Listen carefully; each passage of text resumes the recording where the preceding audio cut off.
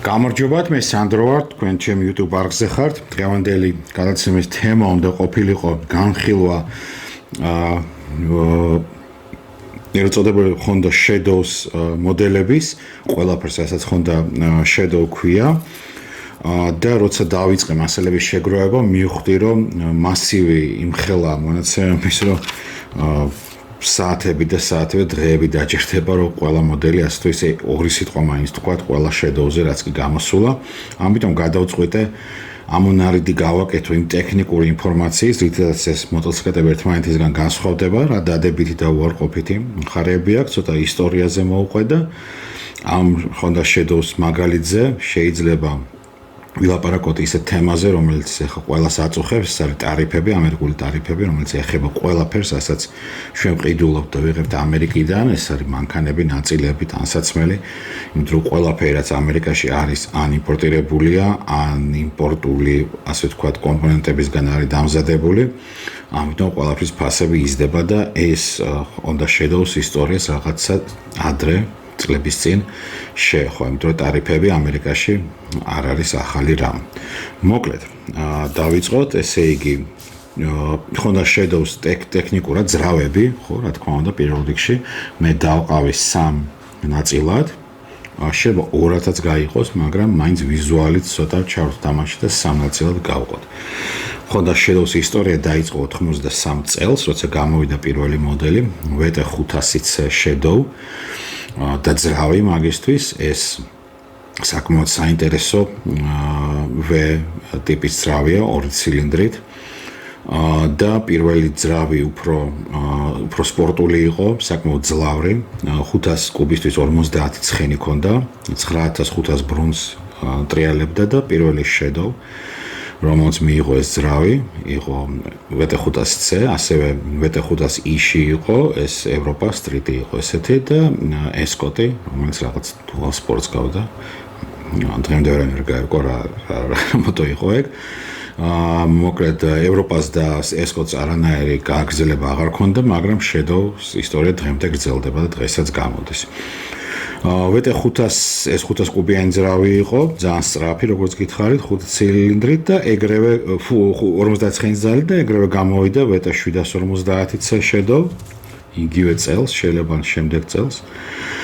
და უკვე 68 ცხენის ძალა აქვს და 66 ნიუტონი, 6 სიჩქარიანი კოლოფი აქვს, 2 კარბიურატორი და ოდნავ აღემატება წონა 200 კილოგრამს, რაც ძალიან სერიოზულ აჩქარებას აძლევს მოტოს მაგ დროისთვის და დღეისთვისაც. როგორც კი გამოდის ეს მოტოები, მეორე წელს ამერიკა იღებს ტარიფებს, დასაცავ ტარიფებს ხარლის მოთხოვნით. ხარლი დავიცვან მოითხოვა ეს ტარიფები, იმიტომ რომ ძალიან სულად ქონდა საქმე, ვერ უძლებდა კონკურენციას ამერიკულ იაპონურ მოტოებთან. თუმცა იაპონური მოტოები დიდად არც უმიზნებდა მაგ მომენტში, მან და მაინც ხარლის. მაგრამ ეს ტარიფები იყო შემოღებული 700 კუბზე ზევით არ ყველა მოტოს ეხებოდა 5 წლიანი ტარიფები არის. პირველ წელს 50% ყოფილიყო ტარიფი და შემდეგ შემცირებულიყო. დანიშნულება იგივე არის, რასაც ახლა ტრამპი ცდილობს, წარმოება იაპონელებს გადმოეტანათ ამერიკაში და დააცულიყო ამერიკული მწარმოებლები. რა თქმა უნდა, ეს არ მოხდა. არაერთი შემთხვევაში ლოგიკურადაც ვერ მოხდება, ანუ ჩვენ თუ დავასანქცირებთ, დავაჯარიმებთ და ტარიფებს დავადებთ რომელზე ქვეყანას, ეს ქვეყანა არ დაიწყებს ჩვენთან ქარხნების მშენებლობას. იგივე მოხდა ამ შემთხვევაში, იაპონიამ არანაირი ქარხნები არ ააშენა ამერიკაში და აბსოლუტურად მოკვეთა ხარლი იაპონურ ტექნოლოგიებს, რომელიც მოტოს და ნებისმიერ წარმოებაში აუცილებელია, ხო? საჭმელი იქნება თუ ტანსაცმელი თუ სამედიცინო ტექნიკა, ყველაფერში იაპონური ტექნოლოგიებია გამოყენებული, მაგის გარეშე ძალიან ძნელი იქნება. ასე თქვათ, ესეთი სატარიფო ომი დასრულდა ამერიკული მხარის კაპიტულაციით, იმიტომ რომ 1 წლით ადრე, ვიდრე ეს ტარიფები დასრულებულიყო, ამერიკელებმა გამოაცხადეს, რომ ტარიფების შეწყდება დროზე ადრე, ვინაიდან იმდენად კარგად იმუშავა, რომ მეტი აღარ უნდათ.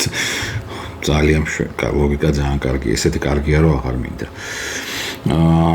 და Honda ისევ დაუბრუნდა თავის ნორმალურ კუბატურის ნებისმიერი მოტო, რაც იაპონური იმპორტი იყო, დაუბრუნდა თავის ნებისმიერ კუბატურებს. ამასობაში გამოვიდა ძალიან საინტერესო მოდელი Shadows-ი, რომელსაც VT600 ქვია. ძალიან ლამაზი პატარა მოტო არის, მაგრამ რაღაცა პრობლემა არის, რომ 4 სიჩქარიანი კოლოფი დაუყენეს რატომღაც. ეს ერთი მოდელი იყო ესეთი და მეტი აღარ. ძალიან საინტერესო მოტო, სადმე თუ ნახავთ დააკვირდით, ესეთი კონცეფტი იყო, ალბათ რაღაცა პატარა უფრო კრუზერის და მაგასაც გაგრძელება არანაირი არ ჰქონდა. 97 წელს გამოდის ეგრეთ წოდებული ახალი ძრავი, რომელიც აბსოლუტურად 100% განსხვავდება წინა ძრავისგან. საერთო მარტო ეს არის 2 ცილინდრია V-ფორმის, მეტი არაფერი. ამ ძრავის დეფორსირება ხდება, ან სერიოზულად აკლდება ცხენის ძალა, 53 ცხენზე ჩამოდის 68-დან. ეს ძრავი ტექნიკურად უფრო ამერიკულს გავს და ხმაც თვითონ მუხლოვანი ლილვის ცვირებით ცოტა მიუახლოვეს რაღაცა სპორტსტერის ხმას და ვიზუალურადაც გამონაბოლქვის სისტემიდან გამომდინარე ჩანს, რომ იაპონელები ცდილობენ კონკურენცია გაუწიონ სპორტსტერს. ეს ძრავი საკმაოდ კარგი არის, ხარისხიანი არის, ძვირია წარმოებაში, რომ ნამდვილი ქრომის ხუფები აქვს, რკინისგან ჩამოსხმული და მერე მოქრომილი. უარყოფითი მხარეები ზეთს ესე კარგად არიკავებს, გაჟნობები ახასიათებს. საერთოდ ხდება, როცა ხშირად მოდელს ხედავს, როცა ხუფი რკინისგანაა დამზადებული, ალუმინის ბლოკი არის. მან თლად კარგად არ ერგება ერთი მეორეს, რომ გაფართოების კოეფიციენტი სხვადასხვა აქვს, რა თქმა უნდა, როცა ძრავი თვება, ალუმინი უფრო სწრაფ ფართოვდება, რკინა ვერ ასწრებს და შუადები რაც არის, ასე ვთქვათ, ეგრეთ წოდებული პრაკლატკა ზიანდება. სხვა არაფერი, ეს ძრავი ძალიან ესეთი გამძლეა, კარგია, ლამაზი არის და 2004 წელს ახალი ძრავი შემოდის. ეს უკვე თუ წინას RC44 ერქვა, ამ ძრავს ქვია RC50. მექანიკოსები RC44 TR50 ეძახიან, იმიტომ რომ ვიზუალური განსხვავების გარდა სხვა განსხვავება არ არის. შიგთავსი იგივე არის. უბრალოდ მოხდა გამარტივება, გაიაფება, მაგალითად, ძრავის ხუფები გახდა ალუმინის, არაფრით დაფარული და მერე ზემოდან უკვე დეკორატიული კიდე ერთი პლასმასი ქრომის ხუფი ეტება. ამან მოაგვარა ზეთის გაჟონვის პრობლემა, სერიოზულად გაიაფა წარმოება მაგ ძრავის. საიმედოობა არაფერი არ შეცვლილა, ისევ და ისევ იგივე ძრავი არის, ასევე შეფრქვევის სისტემაც გამარტივდა, 2 კარბურატორი იყო წინა მოდელზე, RC44-ზე, ეგრეთ წოდებულ ACE-ზე და ერთი კარბურატორი გახდა უკვე 2004 წლიდან. როგორც მექანიკოს მე ძალიან მომწონს, იმიტომ რომ კარბურატორის მომსახურება ძალიან ადვილია, ადვილად იხსნება. ფაქტიურად გაწმენდა კარბურატორის შლება მოუხსნელად, ხო, თუ სრული გადაწყობა არ ხდება. და შემდეგ უკვე 2007 წელს იგივე ამ RC50-ზე უბრალოდ ინჟექტორი დადგა. აი ეს ინჟექტორიანი ეს ჩვენი RC50 დღესაც გამოდის.